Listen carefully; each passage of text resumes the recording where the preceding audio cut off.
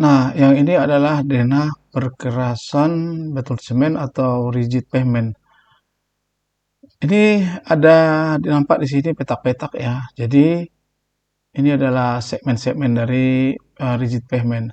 Dan pelaksanaannya dikerjakan secara memanjang ya. Jadi lajur per lajur karena sebelahnya perlu tentu bisa dipakai untuk atau dimanfaatkan untuk lalu lintas, apalagi kalau sudah sedang terjadi sudah di jalan yang sudah ada dibaguskan lagi, ditingkatkan lagi perkerasannya, maka harus sebelah menibelah. Lalu di sini untuk mengerjakan ini harus dibuat konstruksinya per segmen-segmen. Biasanya panjangnya ini satu segmen 5 meter secara merata. Kemudian lebarnya ini masing-masing ini saat setiap mengerjakan itu separuh lebar badan jalan. Biasanya ya ada yang lebarnya, kalau lebar jalannya 3 meter, 6 meter, maka setengahnya 3 meter gitu ya. Kalau dia 5 meter, 2,5 meter. Nah, di sini lebar jalan yang akan dibuat adalah didesain 7 meter. Jadi 3,5 meter satu lajurnya gitu. Nah, tentu ketika kita mengerjakan ini nanti akan ada sambungan secara otomatis karena ini sudah lebih dahulu dikerjakan atau di sebelah sini. Nah, yang di sini ada nanti akan dibuat sambungan. Makanya ini nampak ini garis ya, akan dibuat sambungan. Dan pengerjaannya ini langsung dicor ini. Jadi misalnya hari ini mau dicor ini ya, beberapa segmen gitu ya. Sekali cor aja begitu. Oke, sekarang kita lihat detail di sini. Detailnya ini kita ambil di sini. Ini biasanya ini kalau rigid pavement ini dia ada susunan tulangan besi yang arah memanjang dan yang arah melintang gitu.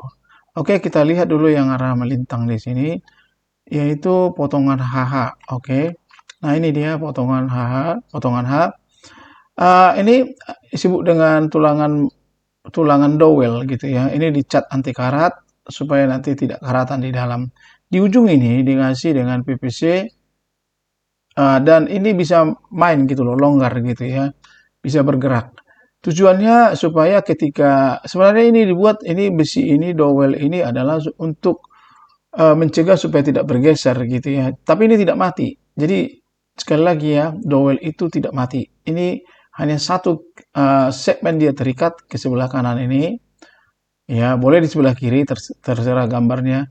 Kemudian dia bisa bergerak di sini gitu loh. Dia bisa bergerak gitu. Jadi itu gunanya nanti kalau misalnya beton ini memuai atau menyusut, jadi bisa dia bergerak gitu, tidak retak, tidak pecah gitu ya. Makanya itu dibuat setiap segmen 5 meter ada sambungan gitu. Nah, nanti kita akan melihat bagaimana bentuknya sambungan ini dengan gambar-gambar di lapangan. Nah, ini hanya penyangga saja, penyangga, ini penyangga. Kemudian atau dudukan dengan diameter 12 dikasih setiap jarak 300 mm atau 30 cm. Ini biasanya dowelnya ini diameter 32 dengan jarak 30 cm ya. Nah, ini ada di sini seperempat H. Ini nanti lebar atau kedalaman daripada pisau atau mata gergaji alat untuk memotong beton ini. Ini di sini gambar rencananya tebalnya 30 cm ini. Jadi kalau ini 30 cm seperempat H, tentu ini 30 cm dibagi 4 sama dengan 7,5 cm.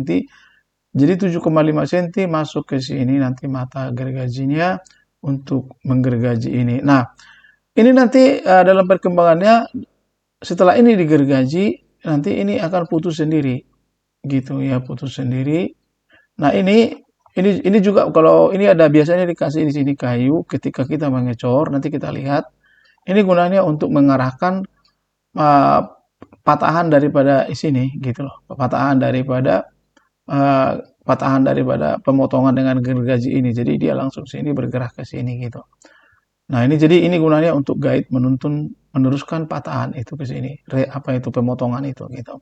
Jadi pemutusan daripada atau sambungan daripada beton itu tidak dikerjakan secara penuh, dia hanya seperempat daripada kedalaman mata gergaji, kemudian di bawah dikasih guide-nya dari kayu gitu ya. Ini dikasih dudukan besi, ini tidak menyatu dengan sebelah dengan besi ini, dikasih dengan PVC yang di sebelah sini menyatu. Oke, sedangkan ini disebut dengan dowel ya. Jadi ini dowel. Kemudian yang ini memanjang. Ini ada di sini. Kita lihat sini potongan memanjang atau potongan T. Potongan T sebagai berikut.